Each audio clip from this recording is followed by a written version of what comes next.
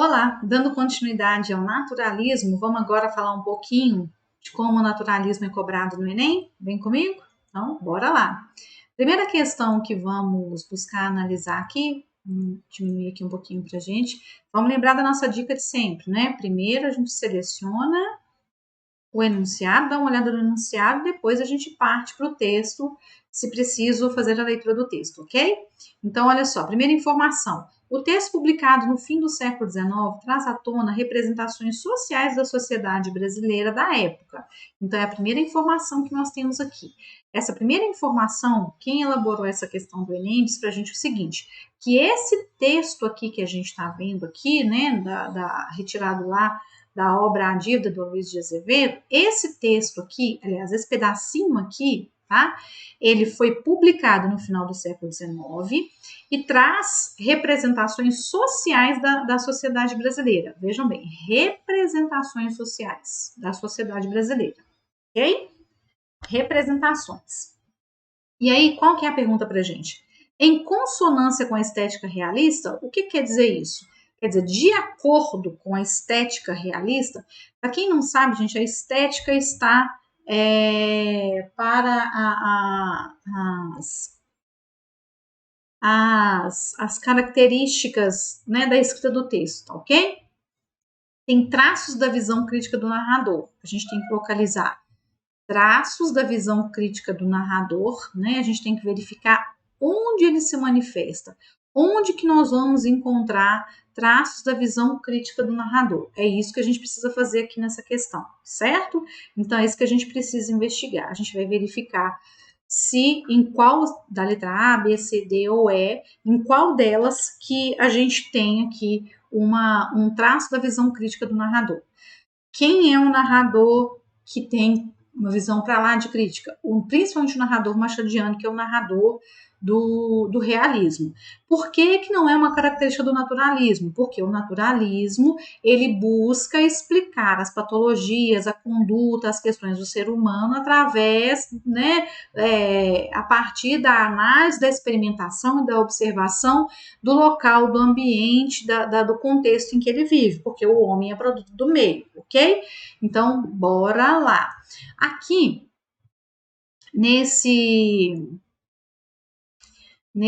como fala? Nesse trecho aqui, é o seguinte,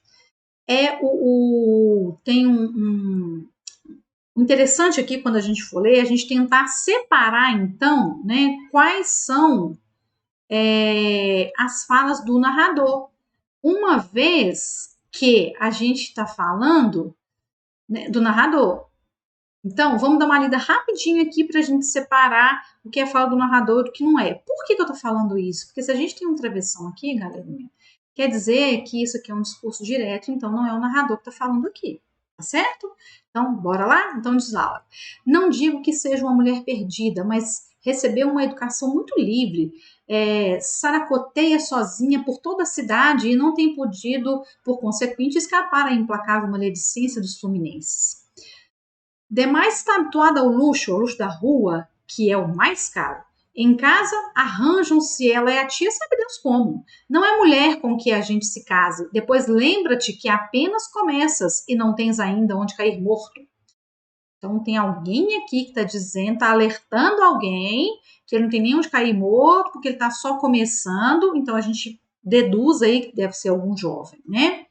E aí oh meu Deus, o que eu fiz aqui? E aí essa mesma pessoa termina, né, a sua fala para esse outro aqui. Enfim, és um homem, faze o que bem te parecer. Essas palavras proferidas com franqueza por tantos motivos autorizada calaram no âmbito do bacharel. Intimamente, ele estimava que o velho amigo de seu pai o dissuadisse de requestar a moça, não pelas consequências morais do casamento, mas pela obrigação que se lhe impunha de satisfazer uma dívida de 20 contos de réis, epa, falando de grana, né? Quando, apesar de todos os seus esforços, não conseguiria até então pôr de parte nem o terço daquela quantia. Bom, aqui a gente percebe que é a fala do narrador, nós vamos colocar aqui até de azulzinho aqui, tá? Aqui a gente percebe que é a fala do narrador por conta do uso aqui do discurso indireto, quando fala assim, que ó, intimamente ele estimava. Isso aqui é discurso indireto, quando eu falo que alguém disse, tá? Então aqui está a fala do narrador. Então provavelmente a minha resposta vai estar aqui, ok? Então vamos analisar as alternativas. Vem comigo, bora lá. Letra A, caracterização. Ah, mas o que eu vou ter que olhar mesmo? A outra dica que eu esqueci de falar com vocês que é legal. A gente lê a pergunta e lê a alternativa. Lê a pergunta e lê a alternativa. Isso ajuda o nosso cérebro a fazer as conexões, tá? Muitas vezes. Então, caracterização pejorativa do comportamento da mulher é uma visão crítica que o narrador traz? Não, professora, porque essa fala não é do narrador, é do amigo do rapaz. Eu tô falando rapaz porque a gente deduz que ele é jovem, porque ele fala assim, ó, lembra-te que apenas começas, né? Então não pode ser essa. Letra B, concepção irônica acerca dos valores morais inerentes à vida conjugal. Vamos verificar se tem alguma coisa aqui em relação à vida conjugal. Aqui tem, né? Então, quando diz assim, motivos, cala no âmbito do bacharel e o velho amigo de seu pai desmaça requetar a moça, não pelas consequências morais do casamento. Quando fala não pelas consequências morais do casamento, mas pela obrigação que se lhe impunha de satisfazer uma dívida, aqui não está falando de idealização, de concepção irônica em relação aos valores morais inerentes à vida conjugal. Ele não fala em valor moral aqui na vida conjugal, não. Então, não é a letra D. Bora lá. A crítica que esse narrador faz está na contraposição entre a idealização do amor e as imposições do trabalho. Gente, eu não me lembro de ter lido em momento nenhum falando de idealização do amor aqui. Não tem idealização do amor aqui. E nem imposição do trabalho, ok? A crítica desse narrador está na expressão caricatural do casamento pelo viés do sentimentalismo burguês. Não tem nada de sentimentalismo aqui, tá falando de grana, né? Tá falando que a mulher é gastadeira, que ela é cheia dos luxos, que não sei o que. Sobrou a letra E. Então, por que que é a letra E? Nós vamos até marcar de azul e de amarelo, porque já que é o narrador, né? Por quê? Porque ele sobrepõe a preocupação financeira em relação ao sentimento amoroso. O narrador, ele resume mais ou menos o conselho que o amigo do pai traz para o rapaz, dizendo o seguinte, que, ó, meu filho, você não tem nem onde cair morto. Você precisa de uma grana danada, essa mulher é gastadeira. Então, faz o seguinte, põe seu cavalinho, né, tira seu cavalinho da chuva e casca fora e larga isso para um lado, tá? Então, aqui a gente tem como resposta a letra E. Ok, pessoal? Então, relembrando, a gente dá uma lida na pergunta, a gente verifica a contextualização e não esqueçam de marcar e buscar no texto essas informações que a gente marcou, que a gente chama de verbos de comando, ok? Vamos à questão número 2? Vem comigo, vamos lá. Enem 2028. Aqui, de novo, vamos começar, já ia começar pela leitura, né? Esse aqui é um texto do Caminha, em que, vamos ver aqui, ó. Alinhada às concepções do naturalismo, quase que eu trago a resposta. Nossa, que bom que eu segurei a língua. Vamos lá. Alinhada às concepções do naturalismo, quer dizer, tá alinhado às concepções, quer dizer que já deu a deixa pra gente aqui, olha, tem muita coisa parecida aí com as características do naturalismo. O fragmento do romance de Adolfo Caminha, que é esse fragmento aqui, ó, ele identifica e destaca nos personagens. Então, nós temos que procurar o que ele identifica e destaca nos personagens. É isso que a gente tem que procurar aqui. O que esse trecho identifica e destaca nos personagens que é parecido com as concepções do naturalismo. Ok? Né? As concepções do naturalismo quais são mesmo? O homem é produto do meio, tem as questões... Vou parar de falar para não dar resposta, né? Então tá, vamos lá. Letra A. Tem aqui uma compleição moral condicionada ao poder aquisitivo? Ah, professora, eu não sei, eu não li o texto. É verdade. Como é que você vai conseguir responder essa questão se você não lê o texto, uma vez que as alternativas aqui, elas se referem ao texto? Então, vamos lá. enquanto as mulheres de vida alegre detestava-as. Tinha gasto muito dinheiro, precisava casar, mas casar com uma menina ingênua e pobre, porque é nessas classes pobres que se encontra mais vergonha e menos bandalheira. Ora, Maria do Carmo parecia ali uma criatura simples, sem essa tendência fatal das mulheres modernas para o adultério. Uma menina que até chorar na aula simplesmente por não ter respondido a uma pergunta do professor. Uma rapariga assim era um caso esporádico, uma verdadeira exceção no meio de uma sociedade ruída por quanto vício há no mundo. Ia concluir o curso e, quando voltasse ao Ceará, pensaria seriamente no caso. A Maria do Carmo estava mesmo a calhar, pobrezinha, mas inocente. Bom, aqui então, esse trecho está falando o que pra gente? Falando as mulheres de vida alegre, a relação das mulheres de vida alegre em relação. Mas elas não são para casar. Não é isso? Elas podem servir para divertir, para casar não. Quais são as boas para casar? As boas para casar são as ingênuas e pobres.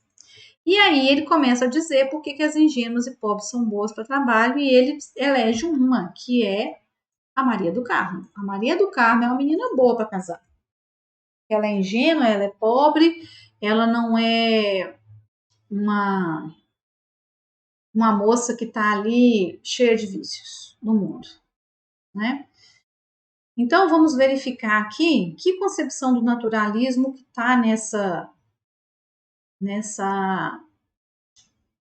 declaração aqui, né, do Adolfo Camus. Vamos ver? A compleição moral condicionada ao poder aquisitivo. Será que é isso que o autor traz aqui para gente? O que vocês me dizem? Será que é isso que a obra traz aqui para gente, que esse trecho, aliás, aqui traz para gente, né? Ah, professora, mas eu não sei o que é. É um aspecto, a aparência, né? A aparência moral, ela é condicionada ao poder aquisitivo, é isso? É essa uma concepção naturalista? Aqui fala, né, de que a aparência moral ela está condicionada ao poder aquisitivo, de certa forma até que fala, mas é uma concepção do naturalismo? Não. Porque se eu estou, né, num ambiente, não interessa se ele é rico, pobre, miserável, milionário, bilionário, e lá tem muitos aspectos, né, pejorativos, ruins e complicados, eu também serei assim. Ok? Traz o temperamento inconstante e incompatível com a vida conjugal? Fala em relação a isso das mulheres de vida alegre e não de todas, ok? Mas esse temperamento inconstante e incompatível com a vida também não é como a gente vai dizer, também não é tão assim uma característica da concepção naturalista, não, tá? A formação intelectual escassa relacionada aos desvios de conduta, é isso que fala aqui? Fala, por exemplo, que as pessoas pobres, elas, né, uma pessoa pobre, não, gente, desculpa, as pessoas que não estudam, elas têm desvio de conduta? Não necessariamente, porque ele nem falou, ele fala das moças de vida alegre, aí sim, né, mas não fala a condição financeira dessas moças. O laço de dependência é um projeto de reeducação e inspiração positivista? Não fala em momento nenhum aqui em processo de reeducação, né? Sobrou aqui para gente aqui a letra E. Vamos tentar entender por que essa letra E aqui. Sujeição a modelos representados por estratificações sociais e de gênero. Bom, o que é sujeição? Está sujeito a. Então, está sujeito a modelos representados por estratificação social. Aqui a gente tem dois tipos de modelo: estratificação social e o modelo aqui de gênero. Aqui no texto, o autor traz essas duas coisas para a gente. Ele traz modelos sociais representados pela estratificação social e por gênero? Sim, a estratificação social tá até aqui, ó, de vermelhinho pra gente, por isso que eu já coloquei vermelhinho aqui. Até deixa eu mudar a Maria do Carmo aqui para azul. Apesar de que aqui também, quando a gente fala a mulheres aqui, ó, né? Mulheres e Maria do Carmo. Eu acabei fazendo besteira aqui, né, gente? Mulheres e Maria do Carmo, elas são as representantes de gênero aqui que é trago, né? É como se as mulheres elas fossem mais fracas, mais vulneráveis e mais suscetíveis, né? Então aqui, ó, na concepção do naturalismo quer dizer o seguinte: as mulheres nessa circunstância, nessa situação, elas são o produto desse meio porque elas são mulheres e porque elas estão nessa esfera social de que ele está falando aqui. Ok? Essa é uma questão um pouco mais complexa, né? Se você estivesse no final da prova, seria até mais difícil para a gente conseguir fazer. Mas essas técnicas que a gente usa aqui de separar, de buscar, né? Na prova talvez não tenha como você colorir, mas você pode colocar quadradinho, círculo, sublinhar, né? Coisas do tipo, ok? Vamos lá, questão 3, Enem de 2017. Vamos lá, mesmo processo. Influenciada pelo ideário cientificista do naturalismo, a obra, então vamos colocar aqui, e não é por qualquer motivo, porque ela foi influenciada pelo ideário cientificista, né? A obra destacada, qual que é a obra? O Mulato, né? A obra destacada, ó, a obra destaca o modo como o mulato, né, era visto pela sociedade nos fins do século XX. Então traz essa informação para gente, que esse modo como o mulato era visto aqui, ó, ele é dependente, né? Ele é totalmente. Peraí, rapidinho. Cadê você? Acho que aqui dá. Ele era. Tem que virar para cá, gente. Eu viro você, não tem problema. Ele era totalmente influenciado. Ah, não quer virar, deixa para lá. Totalmente influenciado aqui pelo ideário cientificista, ok? Né? Ou seja, a forma das pessoas daquela sociedade verem o mulato era por conta, né, dos ideais lá do naturalismo, da ciência total. Mas o que é para a gente fazer? No trecho, que é esse trecho aqui, é para a gente fazer o quê? É para a gente verificar como que o Manuel traduz uma concepção. Qual é a concepção que o Manuel traduz? Então, nós temos que buscar o Manuel lá no texto, ok? Nós temos que buscar a fala do Manuel no texto e verificar qual é a concepção que ele traz para a gente. Mas em relação ao que, professora? Em relação, vou até colocar aqui, ó, como o mulato era visto, ok? Vocês viram que eu coloquei da mesma cor aqui, né? Tem que ser a concepção de como o mulato é visto. Então, vamos ler o trecho, senão a gente não vai conseguir responder a questão. Vamos lá bem rapidamente. Recusei a mão de minha filha, porque o senhor o senhor é um homem de cor. Infelizmente, esta é a verdade. Raimundo tornou-se lívido. Manuel prosseguiu no fim de um silêncio. Já vê o amigo que não é por mim que lhe recusei. Ana Rosa, mas é por tudo. A família de minha mulher sempre foi muito escrupulosa a esse respeito, e como ela é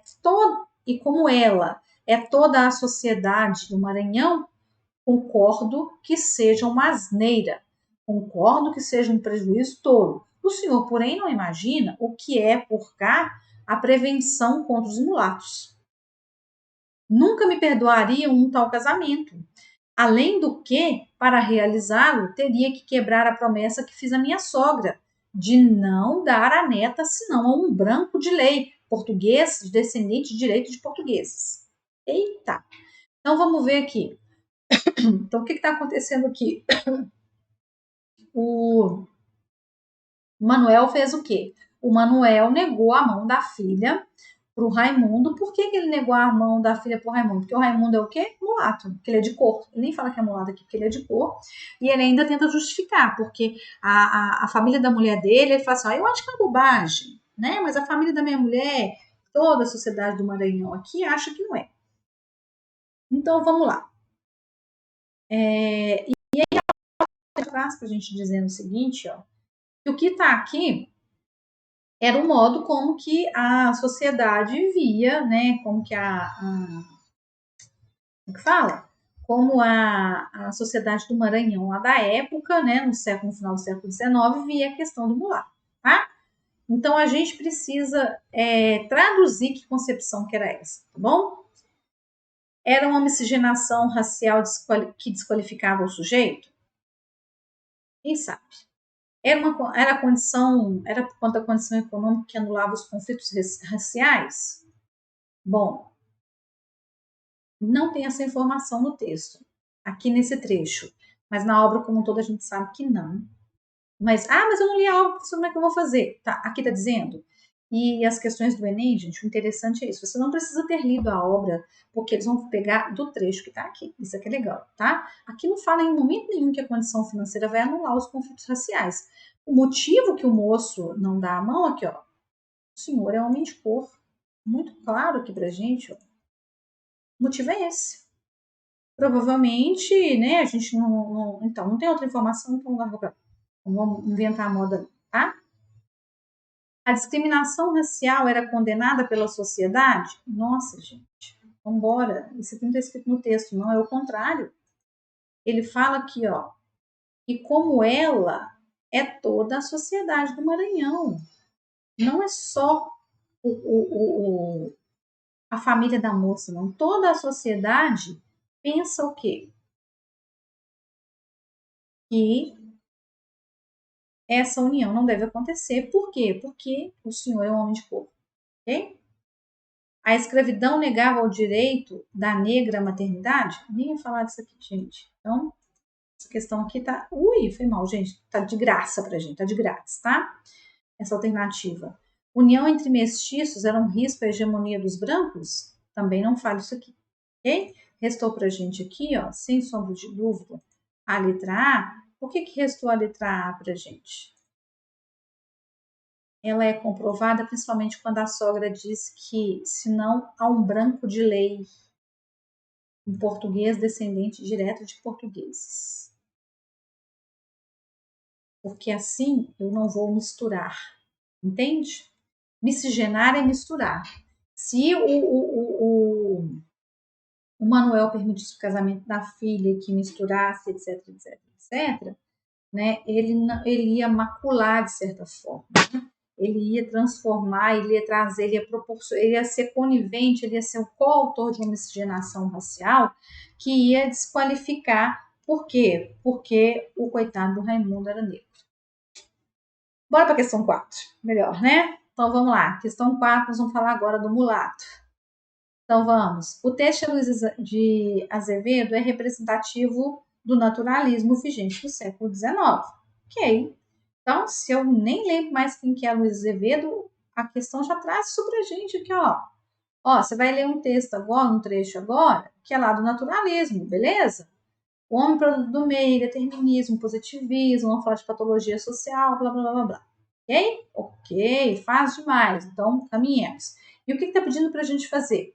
Nesse fragmento, o narrador expressa fidelidade ao discurso naturalista. Então, eu tenho que procurar em que momento aqui, não é, desse trecho aqui, que o narrador mostra fidelidade ao discurso naturalista. Ok? Nós vamos ter que ler. Então, bora lá? O mulato. Ana Rosa cresceu, aprendera de cor a gramática do Soter dos Reis. Lera alguma coisa, sabia rudimentos de francês, tocava modinhas sentimentais ao violão e ao piano. Não era estúpida, tinha a intuição perfeita da virtude. Um modo bonito e por vezes lamentara não ser mais instruída. Conhecia muitos trabalhos de agulha, bordava como poucas e dispunha de uma gargantilha de contralto que fazia gosto de ouvir. de uma gargantazinha, gente, desculpa, de contralto, né, que é um tipo de voz, tá? É uma escala, talvez, eu acho que o termo é esse mesmo, né? Soprano, contralto, tal. Né? Uma só palavra boiava a superfície de seus pensamentos, mulato. E crescia, transformando-se em tenebrosa nuvem que escondia todo o seu passado. Ideia parasita que estrangulava todas as outras ideias. Percebam, aqui tá tudo lindo. Aqui, sinal amarelo ou vermelho. Aqui ele está descrevendo como é que ela era maravilhosa, no entanto, né? Esta sua palavra explicava ali agora todos os mesquinhos escrúpulos que a sociedade do Maranhão usava contra ele.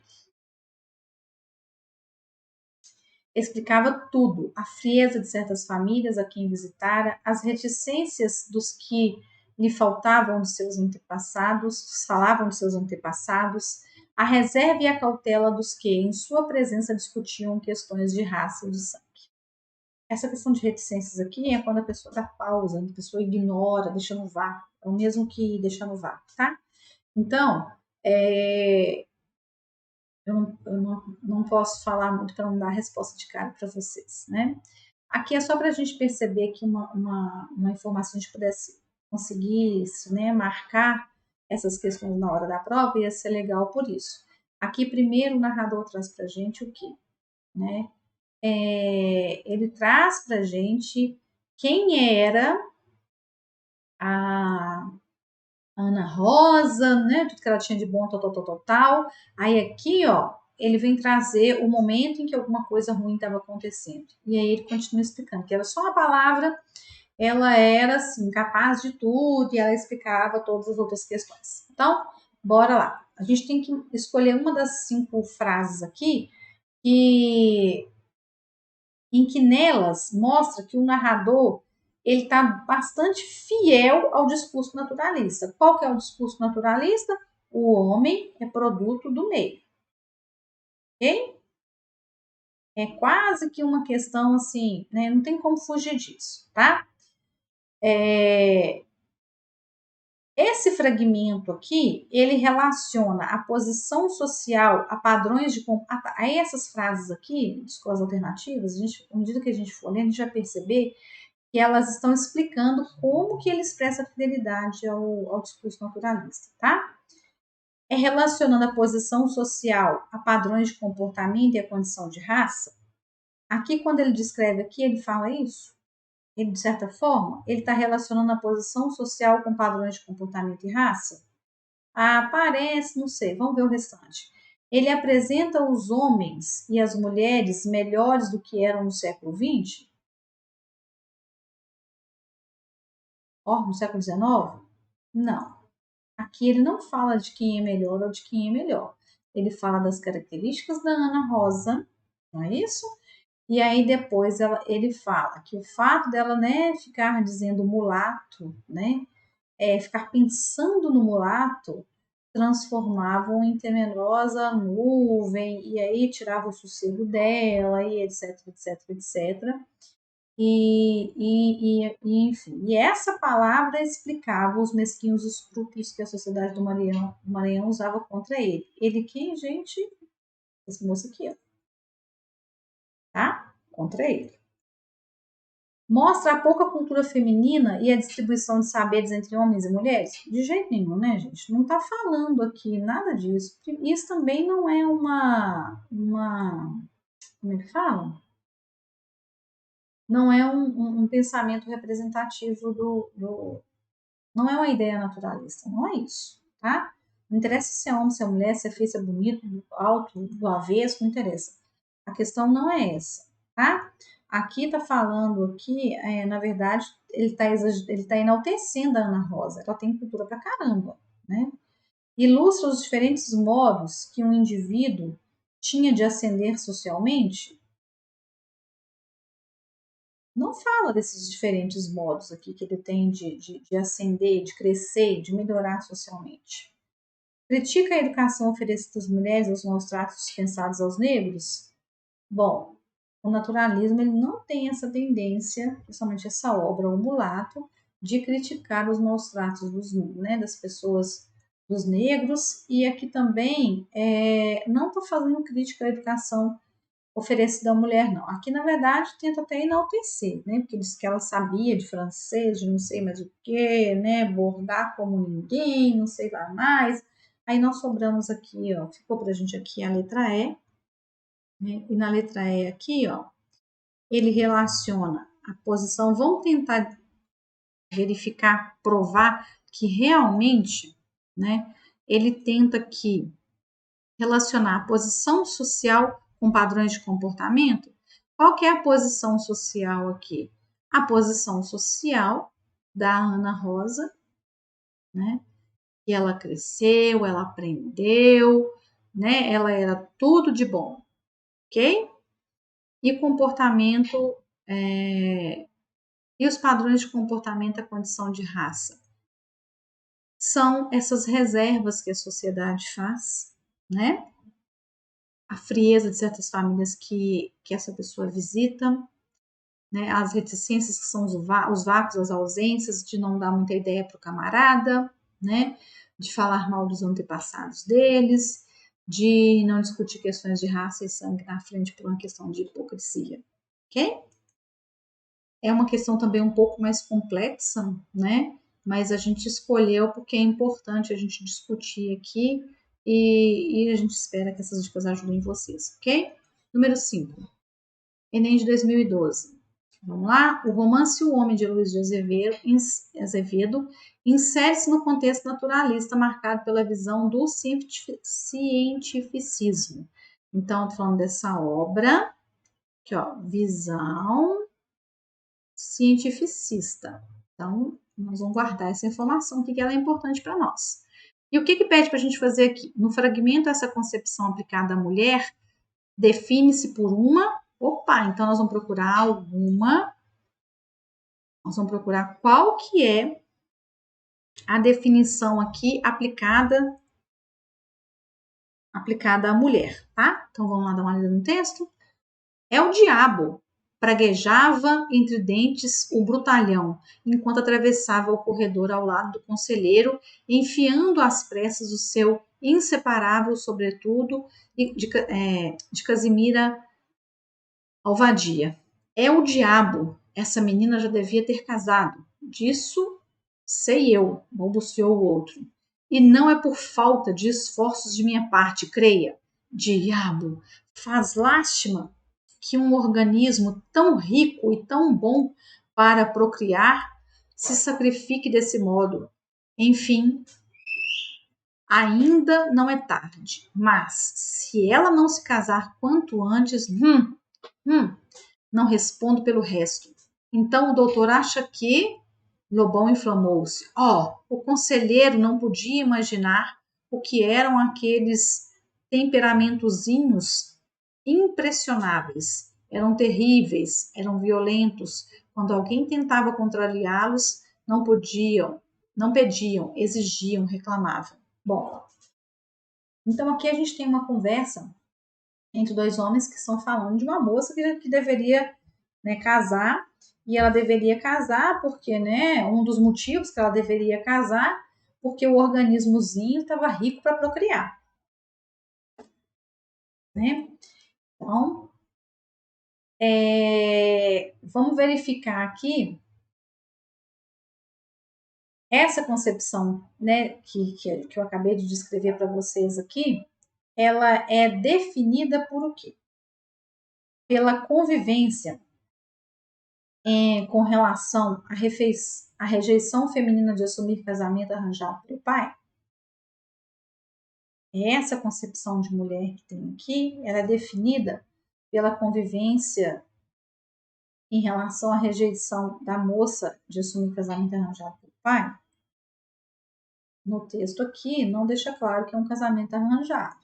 Então, pela submissão da personagem feminina a um processo que a infantiliza, limita intelectualmente? De jeito nenhum. Tanto é que eles chamam a menina de diabo, né?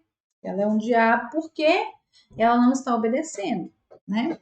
pela caracterização da personagem feminina como um estereótipo sensual misteriosa?